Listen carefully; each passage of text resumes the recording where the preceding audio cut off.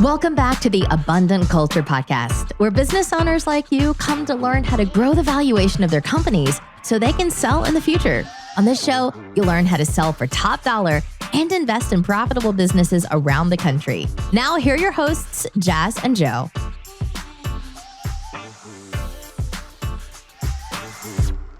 Hi, Charles, and thank you again for coming on to the Abundant Culture Podcast. We are super excited to have you today because what you do and the book that you just wrote is super relevant to what Joe and I do. So we're always trying to be as informed as possible in this space. But before we get into the meat and potatoes of the episode, we have to ask you, what is your backstory? Like, tell us your entrepreneurial journey. Yeah, sure. So I'm British. I live in London at the moment. But my journey really started actually out in China. So while I come from England, I did university in China. I did 4 years there. Loved it. It's a phenomenally dynamic culture, people, country, economy. Certainly compared to the UK, I think even kind of to some of the larger ones, and just seeing the energy there, I really wanted kind of that was really the stimulus for me to get involved in companies, business, and certainly from my end, investment. For me, the choice was really try and do something myself or kind of join with companies in their journey by investing in them and helping provide financial support. And I ended up doing the latter. And for me, that is slightly risk mitigation. I'm always in awe of those that start their own companies, but being able to invest in a number of companies, it means that you don't have to commit to any one so much. And things can't go so wrong if it collapses, obviously. Mm-hmm. Yeah. And I love that you mentioned that too, because people, when I talk to people about investing, sometimes they say, isn't investing risky? And I never really said this, but in the back of my mind, I think I always inherently knew that I would much rather be the investor in the company than the actual CEO or the founder, the person running the company. Because I think I've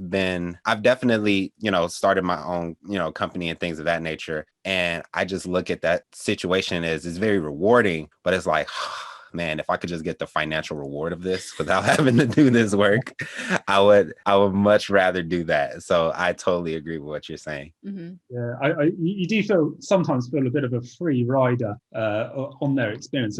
And I think for many managements, it must be a bit upsetting when you've kind of built a company, and often management will get diluted down, well below kind of majority ownership. And it's then the shareholders that really enjoy getting the upside from these businesses much of the time and don't have to shoulder that career risk, which management do. Yeah, for sure. So kind of give me an idea on what does your average day look like in the profession that you're in now? Like, if I'm hearing it right, you're, going out and financially supporting, investing in various different types of businesses. Like, what are some of the duties that you have to fulfill on a fairly frequent basis? Yeah, sure. So actually, at the very moment, I'm finishing up a book. So I've been writing that for the last few months. But basically, kind of your typical day for a professional investor in London, it may be a bit different in New York, but it'd be kind of get up fairly early. You roll over in bed. You look at your phone, look at Bloomberg, see what's going up or down, and that will pretty much set the tone. The day I find it shouldn't, but you're like, it's certainly a bit of an attitude changer, things going up or down, right? Yeah. Then get in. And in my case, because I'm in London and lots of emerging market activity. So I looked at emerging markets, kind of China, Brazil, Russia, etc. So as I did that, and a lot of emerging market activity is out of China. And because of the time different, markets were already very much trading in China when I'd get into the office. So I'm certainly not a trader, not kind of trading in and out of stocks every day. I see them very much as companies and not just pieces of paper to be traded. But certainly kind of I'd have to get my head screwed on fairly early in the morning to make sure that I was making kind of rational or kind of objective decisions when I got in, because I'd be kind of looking at a market that others already had kind of 10 hours of trading in. So that was my morning, and then kind of 11 o'clock it peters off again. And then it's very much just about research. At least personally, I kind of very much try to take a long-term approach to these things.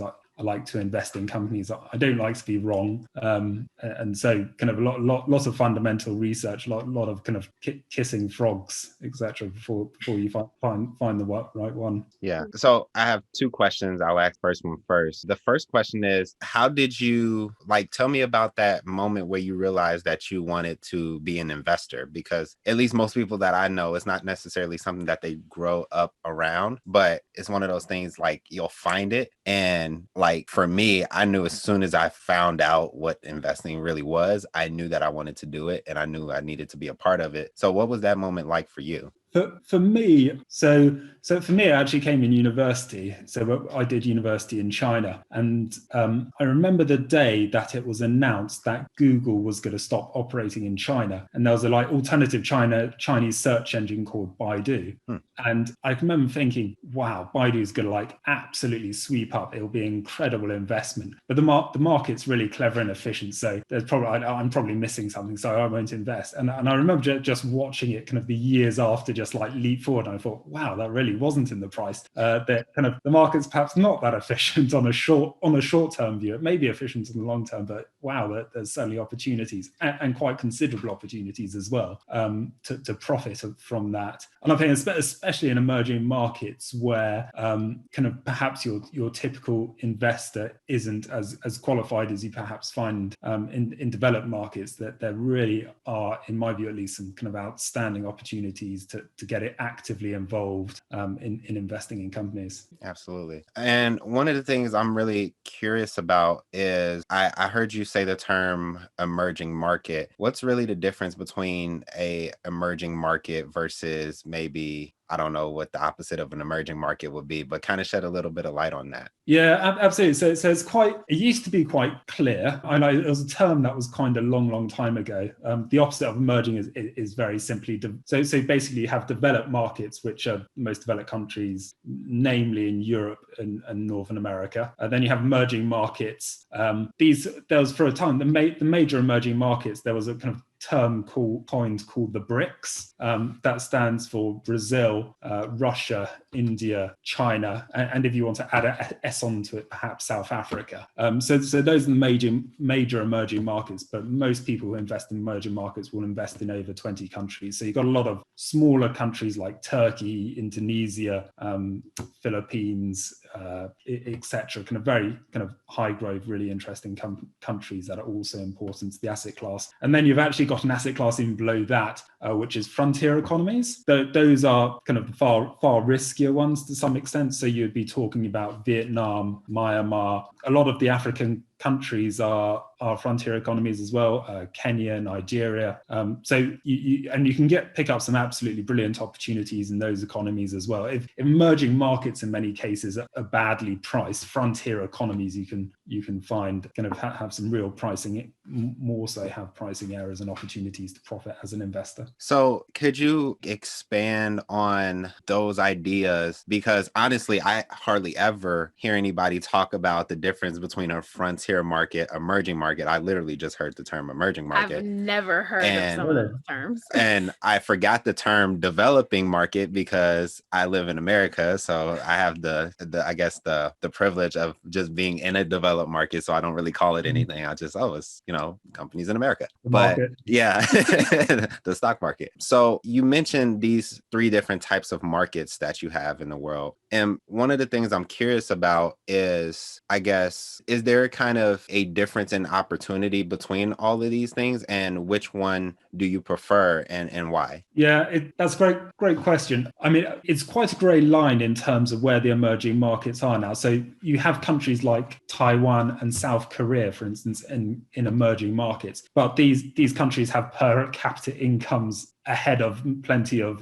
developed markets as well. So it's certainly not clear cut who is developed and who is emerging. And quite often it's done by some extent to region as well. What's really interesting about these markets is that, yes, they have cycles, yes, they have risks, like any other countries, but you've got some great long-term growth structures. So for instance, kind of rising healthcare penetration, increasing financial inclusion, kind of infrastructure improvement, telecommunications, education, development. There's lots of those long-term growth stories that can last over decades, not simply over a single cycle or so. And in addition, for individuals and investors, I think they're particularly attractive, as a lot of the risks in emerging markets, and there are plenty, but many of them are quite uncorrelated to the risks that you get in the US or you get in the UK. So, for instance, in some emerging markets like Russia, you would benefit from a higher oil price. In others like India, a higher oil price is a risk. And so you really got a very, very real mix of countries in a way that you don't to the same extent in developed countries, where they're all a bit more the same.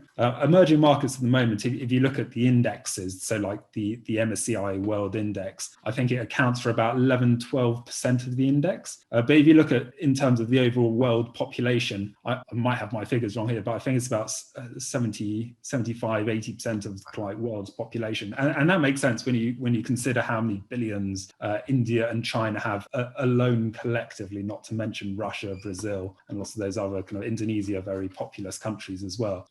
And so given the structural growth of those countries, you would certainly expect over the next kind of 50, 100 years that they should kind of, their proportion of economic GDP, global economic GDP should rise quite significantly. That's really interesting, just because I think, the way you're looking at it, I forgot the term of the index that you use, but because they have one, they're developing infrastructure. Two, they take up a small, I guess, relatively small percentage of the financial index, but as far as the actual population, they're actually a majority percentage. So it's almost like, you put those three things together and it's almost like a recipe for growth, as opposed to, maybe more developed countries where, the increase in equities is just going to basically come from, wherever you are in the economic cycle for the most part. Is that like kind of correct in your thought process of thinking? Yeah. That's absolutely it. I would say, like kind of when it comes to some risks that are unique to these countries, certainly for anyone kind of considering an investment in these, it's worth being mindful of the currency.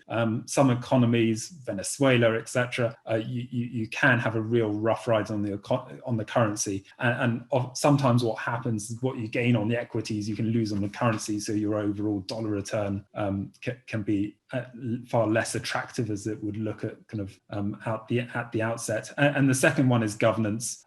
It is worth looking into kind of management alignment of these companies' ownership structures, etc. A lot of countries in emerging markets are quite often state-owned as well. That's not great for investors, because kind of often as a shareholder, your interests won't be high up the rank of kind of what management will be interested in. So there's plenty of risk to these markets, but at the end of the day, there's also some brilliant opportunities, especially if you look in China. Some of the internet companies in China are growing phenomenally, keep on growing phenomenally, and still, in my view at least, at valuation levels far lower than developed market equivalents. That's crazy. So from one thing I always wondered is, I listened to a podcast with this guy named Peter Schiff before, and I know that he invested in companies like internationally. I'm not sure if they were specifically in emerging markets, but I think he mentioned kind of like the opportunity for dividend. Have you seen, like, one, is dividend something that you even care about as a shareholder? And two, is there a difference in opportunity when it comes to comparing dividend in maybe a emerging market versus a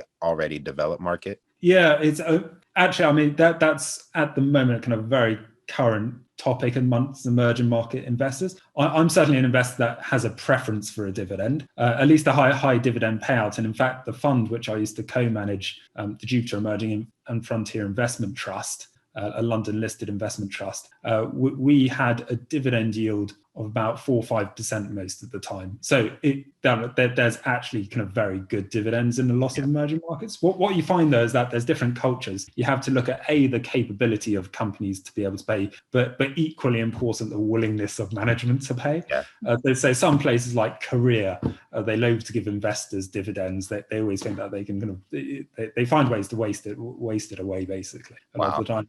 In places like India, they like to reinvest, and like that's more under understandable. There's like, when there's high growth, when there's good return on investment opportunities, it absolutely makes sense for a company not to give the capital back and to invest in new opportunities. So you also have quite a low dividend payout culture there as well. Quite often no dividend, or just only 20-30% of profits will be paid out. You look at the other end of the spectrum, a lot of companies on the African continent, in Kenya, Nigeria, very high payouts, really attractive dividends. Funny enough, a lot of companies in Latin America as well also have good payout policies and good alignment with shareholder interests. Russia, as it happens, bizarrely, is another kind of very high. You often get very high dividend payouts in companies in those countries as well, often kind of plus over 50% of earnings are paid out in the form of dividends. Cool. So another thing go ahead. Sorry. Oh, right. No, I was just going to share with you, actually, because I actually looked since 2000, the proportion of total return for publicly listed companies in the form of dividends, nearly half the return of companies in emerging markets was in dividends. So yes, you had a kind of share price increase, but actually about half of, if you had invested in the index, at least around half your return would have been in dividends. And instantly that's quite a similar picture in developed markets in public equity, but actually even more so in places like the UK, virtually all of your return would have been in dividends. And even in the US, despite all the high growth companies, Amazon, Tesla, etc., a large proportion of return it would have been in the form of dividends. Absolutely. So another thing that really came to mind, you mentioned a little while ago, just, fundamental research. The question that I had is, what does that fundamental research, what does that include? And also, what are some of the things that you're looking for in companies before you actually invest in them as a investor? Yeah, so I write about this in my book. I have a chapter on qualitative analysis and quantitative analysis. And the quantitative stuff is mostly accounting, the ratios, return on equity, return on invested capital over time. But for the qualitative part, I use what I call the court, castle and moat approach. I slightly poached this from Warren Buffett, who talks a lot about economic moats, obviously. So I've just slightly expanded on that. And what I look for is what I call a company with a good court, so good management who are both kind of capable and well aligned with shareholders. Then an attractive castle, so a business that is able to kind of produce kind of long-term attractive levels of profitability. And I say long-term because it's quite easy to kind of have a cyclical high every now and again. And it's a very different state of mind to go and understand the actual forces that affect long-term profitability. So looking, for instance, at Porter's 5 forces is quite a common way of doing that, where you look at the competitive intensity, the potential competitive intensity within an industry. And then the last one is that moat. And Warren Buffett explains this far better than I ever would. But basically, you want a company with a wide moat. And there's a number of moats it can have that may be kind of low cost. It could be the network effect. So for instance, Facebook, kind of the benefits as more people use it, so it becomes more competitive and kind of more people use it, etc. So those are really the kind of the 3 axes against which I evaluate a company. I mean, people at the end of the days have different ways of doing it, but that's my personal approach, at least. Yeah. Oh, I was just going to ask you if you could talk to us a little bit more about, the ideas that are inside of your book. Oh, right. Yeah. So in my book, I'm not introducing kind of any newfangled theories. It's simply using the approach that most global professional investors will use to put a price on a company. Because at the end of the day, if you're a growth investor, if you're a value investor, if you're an income investor, it ultimately, in every single case, it boils down to you wanting to buy into a business at a reasonable price so that there is some upside. Nobody wants to buy an overvalued business. And yet you find kind of very few people can articulate, well, what is a business worth then? Because if you don't know what it's worth, then you don't know if you're under or overpaying. And so I was really writing that book was born out of my own frustration, because I found that if you look online, you can get some simple explanations, but overly simplified in my view, and kind of can create risks of costly errors on your behalf. And at the other end, you've got a lot of academic stuff, but the practical application is relatively limited. So I hope at least my book would be of interest to those who want to invest a bit of money and want to do kind of have an easy roadmap to learn how to value a company and be able to do that in an informed manner. Yeah. And I think that's interesting too, because there was a little amount of time where I was really studying just the stock market in general. And what I found is that, when it comes to the actual valuation of the underlying business that this stock represents, is not a lot of information out there that actually tells you how to do it in actual practice. They'll tell you, oh, it should include this, it should include that, but it's no like real formula. It's almost like you get to the end of the YouTube video and it's like, yeah, but you kind of go with your gut. It's somewhere in this ballpark. I so know what you mean. It drove me to distraction. The idea, like everybody tells you to buy an attractively valued business or buy a business with a margin to error on the valuation side. Like, what does that mean? Like, you can't leave people hanging there.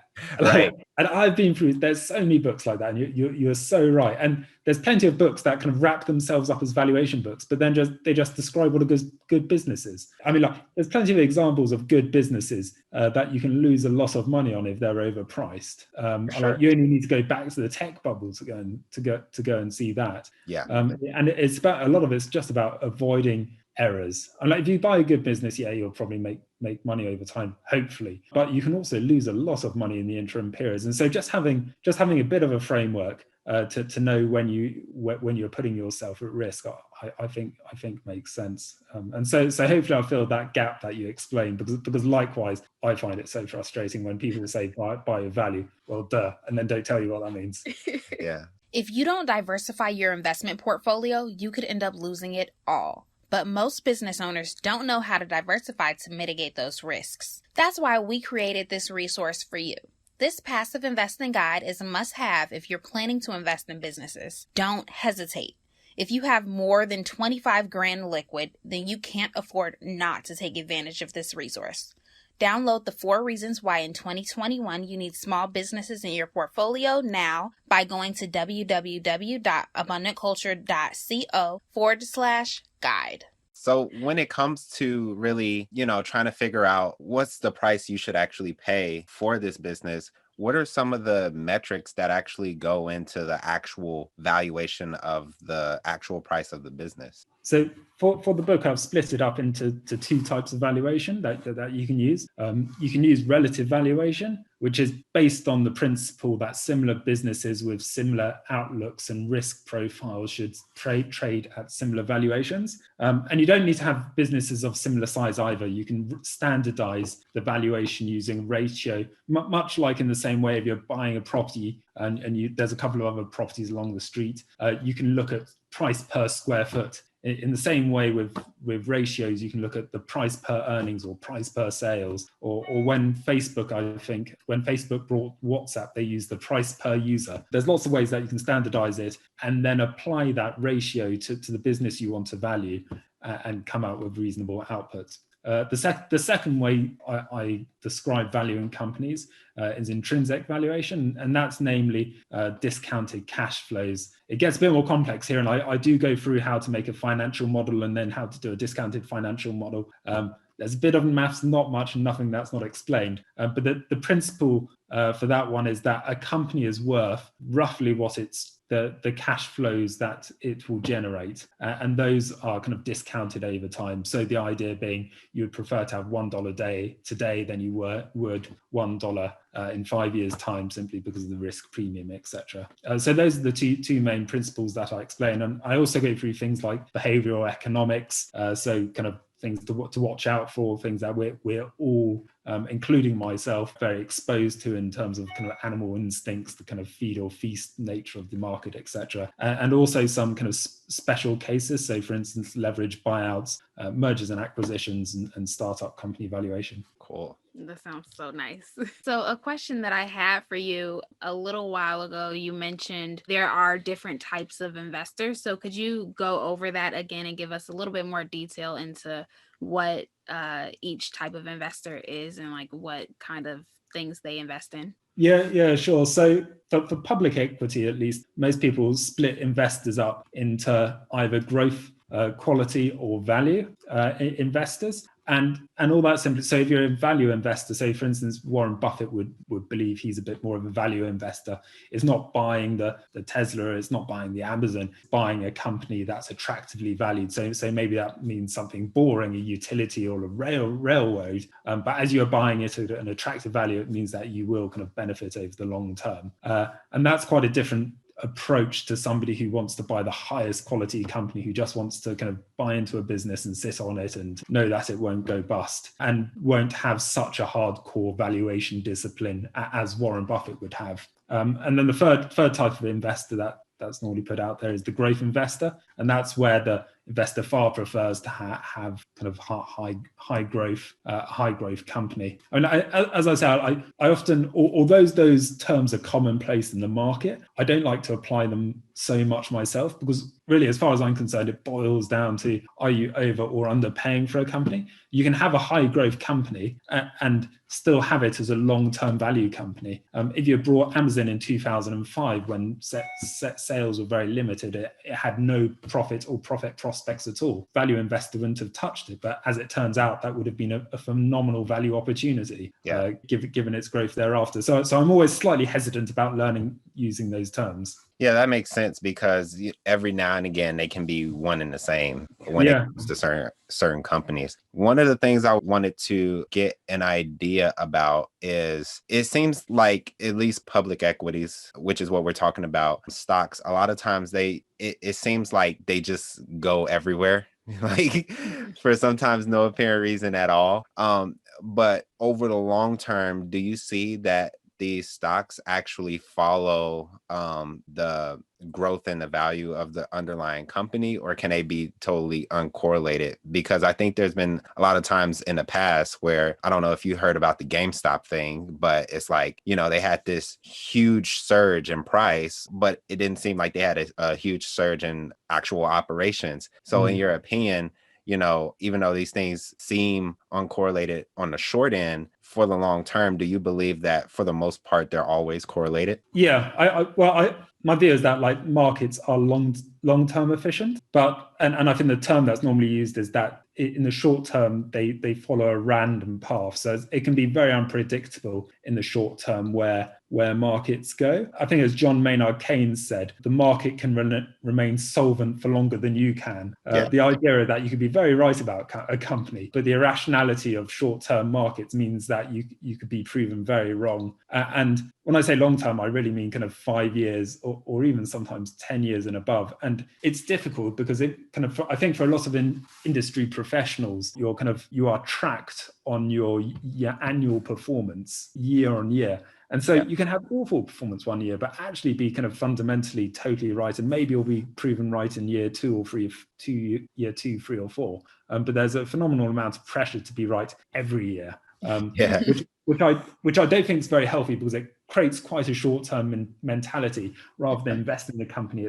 I call it kind of information trading. So rather than trying to work out the value, you're just trying to get a little edge on each company. So what will Tesla's quarter numbers be? If I got a more precise guesstimate than the market has, then I can kind of know to buy or sell and make some money. That I think there's many people that call themselves fundamental investors that are really simply just information trading like that. And I think it's because of this short-term mentality, the kind of performance pressure that a lot of fund managers feel. Yeah, that makes sense. When it came to, I think you mentioned before, you used to run a fund that invested in different types of public equities. When it came to running that fund, 2 questions I have is, what are the things that kind of help make that a successful endeavor for you? But also, how did you manage to attract capital to that fund to then deploy it into the various different types of companies that you believe were good investments? So I co-managed the fund with somebody else. The fund was an investment trust. I know there is a US equivalent, but the name escapes me for what that is. And it was basically a closed-end fund which listed on the stock exchange and traded. And so just like a company has shareholders and would be expected to produce annual and quarterly reports and engage with shareholders, likewise, the fund very much used that same structure. So most of the time, if you want to go and fundraise, you go and make relationships, you build those over time. When you're listing an investment trust, just like you're listing a company, it's about kind of really kind of a blitz approach. So you have an intense, a remarkably intense kind of couple of months and weeks getting everything prepared and getting everybody on board. Because when it comes to the day that you list, you can't have people kind of those that say, well, maybe I'll do it tomorrow. They won't be involved, full stop. Yeah. And it takes, for salespeople out there as well, it takes a very different mentality to get investors ready to invest on a particular date, rather than just warming them up over time to invest as and when they want.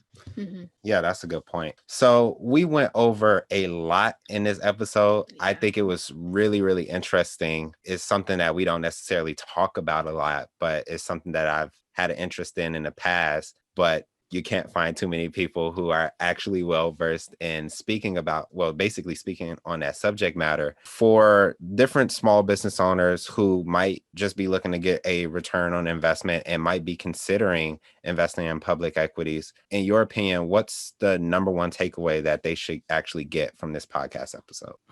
I think it's a good question. And I think that just having some type of valuation discipline, it will save you so much hassle later on. When markets are going up, everybody's feeling great. But when things kind of wash out, I think it's so easy to forget how painful down markets can be. And that's when having kind of some type of valuation discipline, it does just give you that margin for error, that buffer. It means that your drawdowns, your losses will be far more limited than if you have simply invested in what's sparkly and fancy and at that time. That's all I'd say. And obviously never invest more than you can afford to lose as well. For sure. Absolutely. Great takeaways. So you're on the Abundant Culture podcast, and we like to ask every guest this question because we get so many different answers. And the question is, how do you spread abundant? Ooh, it's an interesting word. I think in some ways that the job of investing, kind of anybody that's an investor, investing gets a massively bad rap. And for many good reasons, there's plenty of unethical, bad investors out there. But the actual process, the actual principle of kind of getting out there, valuing the company, doing fundamental valuation and participating in the market, I think it's often really forgotten what a social and economic good that is, the benefits that it brings for society. Because it does mean that small companies can grow. It does mean that kind of savers can put their money to work and get invested.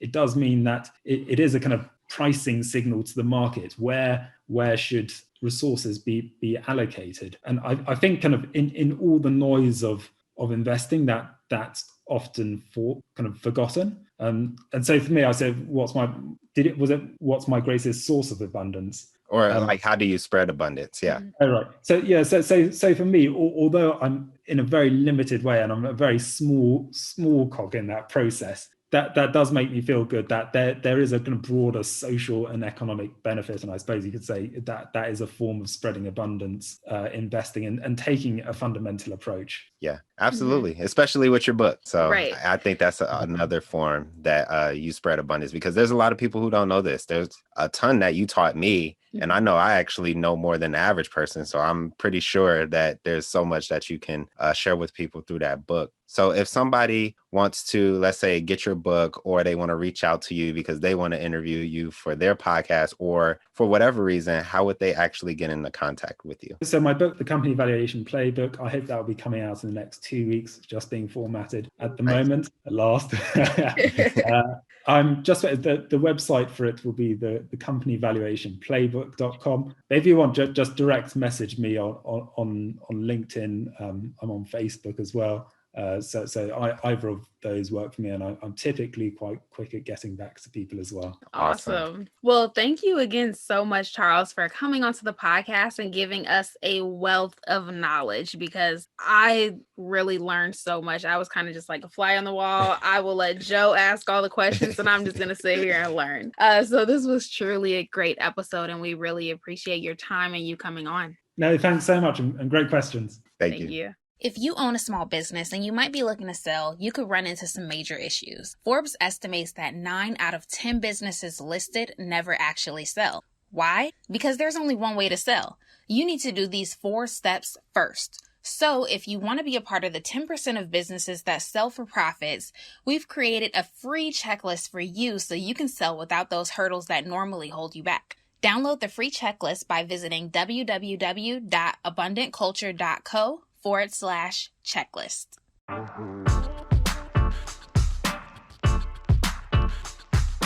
Thank you for listening to the Abundant Culture Podcast with Jazz and Joe.